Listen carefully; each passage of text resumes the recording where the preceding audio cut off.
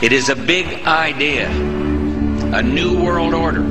It's good to be back at the Council on Foreign Relations. Last February, Obama pledged that he would resume the Security and Prosperity Partnership talks. In Pakistan, meanwhile, the first apparent U.S. missile strike since Barack Obama became commander-in-chief.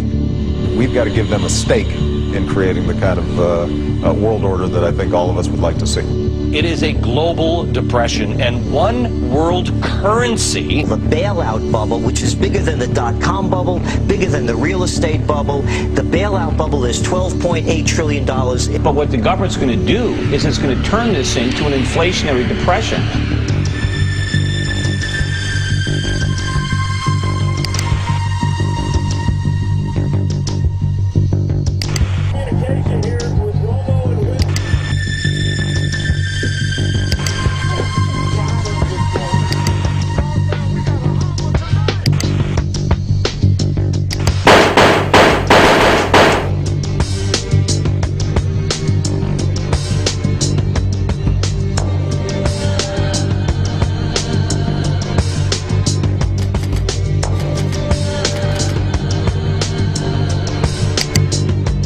Welcome to Freedom Watch, Alex. What are you talking about today? Just how hundreds of mainstream news articles a week are saying there is a new world order, a global government that will be run by the very banks that are collapsing society by design, and we will pay carbon taxes to them. Here is Time Magazine headline, New World Order, and they say a new bank of the world will rule the United States. Here is the Financial Times of London, and now for a world government is the headline. They're openly announcing that the banks will rule the planet and will pay our carbon taxes. My first question is, several months after Obama stepped in as President of the United States, you make a documentary calling him a deceiver. Why? He said he wouldn't hire lobbyists. All he's done is hire high-powered lobbyists at every level of government. And he's handed the country over to the oligarchs, the international bankers, to loot the nation, according to Bloomberg Financial, of $9.7 trillion. He has lied about leaving Iraq. He said he would take the troops out immediately. Now he says 16 to 23 months, and he's going to keep them there. He's increased the troops by 30,000, doubling them in Afghanistan. He's bombing Pakistan. The fact is, and I might get booed for this, the fact is that on the ground, Obama is continuing some of the most belligerent, violent, and some would say unconstitutional policies of the Bush administration. Bagram is his Guantanamo. They're spending $60 million to expand the Bagram being in Afghanistan, the air base. Right. They're holding people without charge in contravention of international law. Bombings in Pakistan with these drones are indiscriminately killing civilians. Civilians are dying in Afghanistan on a regular basis, and the guy's using 250,000 contractors in Iraq and Afghanistan right now. Sounds to me a lot like Bush. Yeah. So we will incarcerate people preventively. Preventive incarceration. Indefinite detention without trial. That's what this is. That's what President Obama proposed today, if you strip away the euphemisms. One civil liberties advocate told the New York Times today, quote, "We've known this was on the horizon for many years, but we were able to hold it off with George Bush.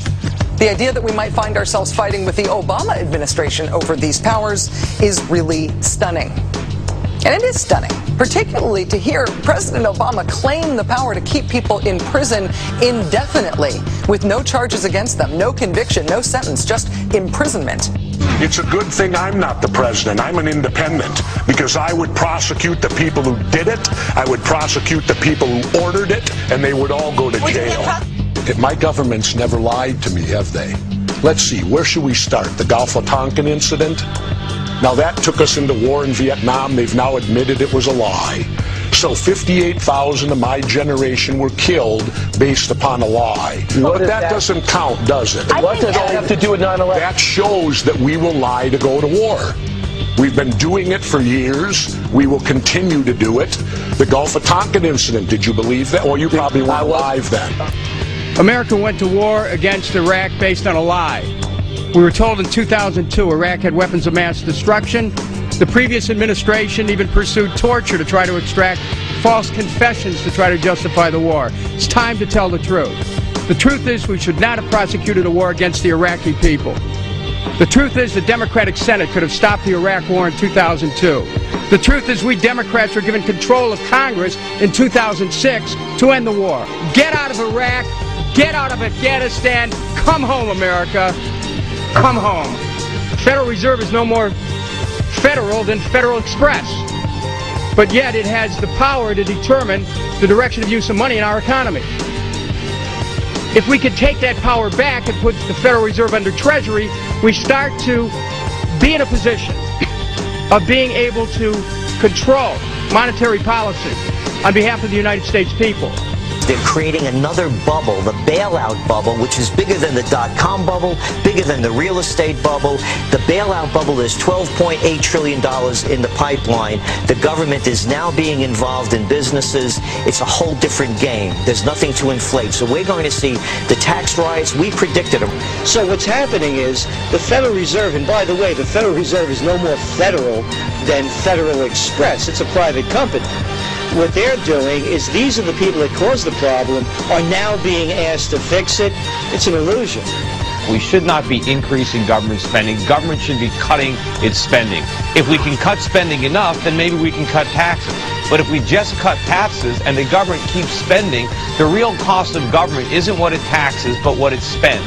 And if it doesn't take it from us honestly through taxes, it's going to do it dishonestly by creating inflation. And that is exactly what they're doing. And we're going to pay for this, not in the future, but right now. We had a phony economy based on borrowing money, spending borrowed money. We need to base our economy on saving money, on producing things. And so the credit crunch, this is not the problem. Credit needs to be allocated away from consumers. We need to stop borrowing money and buying stuff and concentrate on saving our money so we can make stuff. And maybe that's going to mean a rather severe recession. But what the government's going to do is it's going to turn this into an inflationary depression, which is going to be much, much worse. What if the American people learn the truth? That our foreign policy has nothing to do with national security, that it never changes from one administration to the next. What if war and preparation for war is a racket serving the special interests? What if President Obama is completely wrong about Afghanistan and turns out worse than Iraq and Vietnam put together? What if diplomacy is found to be superior to bombs and bribes in protecting America? What happens if my concerns are completely unfounded? Nothing. But what happens if my concerns are justified and ignored? Nothing good. And I yield back the balance of my time. You're sponsoring H.R. 1207. That's the Federal Reserve Transparency Act of 2009. There are over 200 co-sponsors, including over 50 Democrats. What is this legislation? What are you looking to do?